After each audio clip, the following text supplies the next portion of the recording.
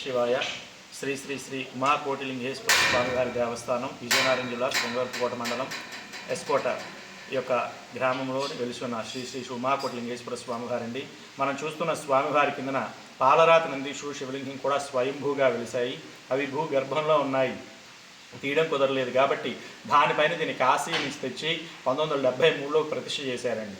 అలాగే మన గుడి దగ్గర నుంచి 10 కిలోమీటర్ల దూరం వెళ్ళేటట్టయితే అక్కడ విరాట పర్వతం ఒకటి ఉందండి. అక్కడ పాండవులు అజ్ఞాతవాసం చేసేవారు. అక్కడి నుంచి ఇక్కడికి వచ్చి కింద స్వామివారిని అభిషేకం చేసుకునేవారు. స్వామివారిని అభిషేకం చేసుకుంటూ పక్కన ఒక జలం వస్తూ ఉంటుందండి, దాన్ని పుట్టుధార అంటారండి. ఆ యొక్క జలం ఏంటంటే 365 రోజులు 24 గంటలు వస్తూనే ఉంటుంది. ఆ నీరు ఎక్కడి నుంచి వస్తుందో ఎవరికీ తెలియదు, దాన్ని పుట్టుధార అంటారు. అలాగే మరి కొంచెం క్రిందకి వెళ్ళేటట్టయితే అక్కడ త్రినాథ స్వామి గృహ అని చెప్పేసి ఒకటి ఉంది. ఆ గుహలో పైన ఆవు పొదుగులు ఉంటాయి, కింద 3 శివలింగాలు ఉంటాయి. ఆవు పొదుగులో చుక్కా అనేది శివలింగాల మీద అభిషేకం జరుగుతూ ఉంటుంది. అది దాటి మరి కొంచెం క్రిందకి వెళ్ళేటట్టయితే కోటి లింగాలు అని చెప్పేసి ఉంటుంది. ఒక లింగం తక్కువ కోటి లింగాలు అనమాట. అక్కడ అర్జునుడు పాశుపదాస్త్రం గురించి తపస్సు చేస్తే మూషాసుడు అనే రాక్షసుడు పంది రూపంలో వస్తాడు. ఆ బాణాన్ని సంధించేటప్పుడు ఆ పందికి తగులుతుందన్నమాట. ఆ పంది శివశివ అనగానే కైలాసంలో శివుడు ప్రత్యక్షమయ్యి ఇక్కడ ఎవరైనా చనిపోయిన వాళ్ళ హస్తికలు కానీ కలిపితే కైలాసానికి చేరుతాయని చెప్పి వరమిస్తారు. అందుకని ఇక్కడ చుట్టుపక్కల ఉన్న గ్రామ ప్రజలందరూ కూడా ఇక్కడ హస్తికలు కలుపుతూ ఉంటారు. హస్తికలు కలిపిన కొన్ని రోజులకి వాటికి సున్నరాళ్ళ కింద తయారవుతాయి. అది దాటి మరి కొంచెం క్రిందకి వెళ్ళేటట్టయితే ధారగంగ ముడయన్స్ ఉంటుందండి. ఆ లోలోంచి కాశీకి వెళ్ళే త్రోవ ఉండేది. 100 సంవత్సరాల క్రితం నారాయణం బజగనే స్వామీజీ ఇక్కడి నుంచి కాశీకి వెళ్ళి అక్కడి నుంచి జనం తెచ్చుకొని కింద స్వామివారిని అభిషేకం చేసుకునేవారు.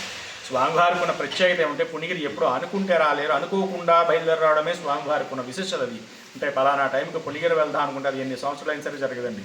అనుకోకుండా అంటే ముందు రోజు రాత్రి అనుకోవడం లేదా అప్పటికప్పుడు అనుకోవడం, ఏదైనా ఊరు వెళుతూ మార్గ మధ్యలో వచ్చి చూసి వెళ్ళడమే స్వామివారికి ఉన్న విశిష్టత అదండి. ఇది 7000 సంవత్సరాల కిందదండి ఈ యొక్క క్షేత్రం అండి. ఈ యొక్క మహాశివరాత్రి రోజు రాత్రి 12 గంటలకి స్వామివారికి మహారుద్రాభిషేకం జరుగుతూ ఉంటుందండి. అలాగే కార్తీక మాసం 4 వారాలు కూడా స్వామివారికి విశిష్ట పూజలు జరుగుతూ ఉంటాయండి. ప్రతిరోజు కూడా ఉదయం 6 నుంచి సాయంత్రం 5 గంటల వరకు కూడా గుడి తెరిచే ఉంటుంది. మధ్యాహ్నం స్వామివారికి మహానివేదన కార్యక్రమం రోజు ఒక పావు గంట సేపు మాత్రమే స్వామివారికి క్లోజ్ చేస్తుంటాం, గుడి క్లోజ్ చేస్తుంటాం. మిగతా టైం అంతా కూడా గుడి ఓపెన్ చేసే ఉంటుందండి. అలాగే మనం విజయనగరం నుంచి వచ్చేటట్టయితే 35 కిలోమీటర్లు అండి ఎస్కోట్కి. ఎస్కోట్ నుంచి ఆటోలు అవి కూడా సౌలభ్యంగా ఉంటుంది గుడికి రావడానికి. కింద నుంచి అంటే మన కార్ పార్కింగ్ దగ్గర నుంచి పుణ్యగిరికి రావడానికి, గుడి దగ్గర రావడానికి సుమారు 384 మెట్లు ఉంటాయండి. 1.5 కిలోమీటర్ నడుచుకొని రావాల్సిందేనండి. పర్వదినము ఈరోజు తెల్లవారుజామున 4 గంటల నుంచి స్వామివారికి అభిషేకాల కార్యక్రమం ప్రారంభమవుతుంది. అలాగే మధ్యాహ్నం కూడా స్వామివారికి మధ్యాహ్నం మహానైవేద్యం కార్యక్రమం జరుగుతుంది. అలాగే సాయంకాలం కూడా స్వామివారికి పూజా కార్యక్రమం జరుగుతుంది. అలాగే రాత్రి 12 గంటలకి లింగోద్భకాలంలో స్వామివారికి పంచామృతాభిషేకము బిల్వార్చన జరుగుతుంది. ఈరోజు మహాపర్వదినం కాబట్టి, మహాశివరాత్రి రోజు కాబట్టి స్వామివారికి ఈ పుణ్యగిరి చరిత్ర ఏమిటంటే, ఈ శివలింగం కిందని పాలరాతి శివలింగం నంది వెలిసింది. ఆ శివలింగం మీద నుంచి అభిషేకం చేసుకొని వస్తుంది. ఇప్పుడు మనం స్నానం చేసిన నీరు, దాన్ని అందుకే పుట్టుధార అంటారు.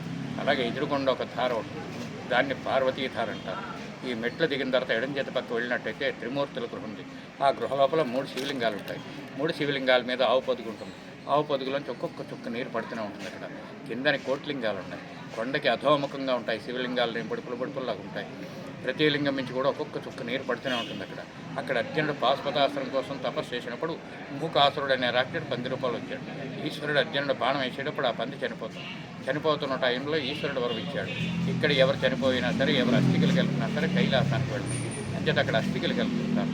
అస్థికలు కలిపినట్టయితే తెల్లగా రాళ్ళు మారిపోతాయి కొన్నాళ్ళకి. కిందని దారగంగం లోయ, ఆ లోన కాశీగా ఉందని పెద్దలు చెప్తారు. 90 సంవత్సరాల క్రితం నారాయణం భజగానంతో యోగి ఆ లో నుండి కాశీ వెళ్ళి గంగాజలం తీసుకొని వచ్చి అభిషేకం చేస్తారు. ఇంకా ఇక్కడికో 10 మైళ్ళు దూరం వెళ్ళినట్టయితే విరట పర్వతం అనేసే పర్వతం, అక్కడ పాండవులు అజ్ఞాతవాసం చేశారు. ఇక్కడ జామనే గ్రామం, జామలో జమ్మి చెట్టు మీద అస్త్రాలు పెట్టని పెద్దలు చెప్తారు. ఇటు భారత యుద్ధం జరిగేటప్పటిదండి ఈ క్షేత్రం. సుమారు 7000 సంవత్సరాల క్రితం నుండి ఈ క్షేత్రం. పుణ్యగిరి దేవస్థానం ప్రధాన అర్చకులు లట్టాల వెంకటేశ్వర సుబ్రహ్మణ్యం. సమస్య లేని ఇల్లు ఉండదు, పరిష్కారం లేని సమస్య ఉండదు. బంధాలు గొప్పవి, బాధలు చిన్నవి. మీ సమస్యని మేము పరిష్కరిస్తాం. రండి, మాట్లాడుకుందాం.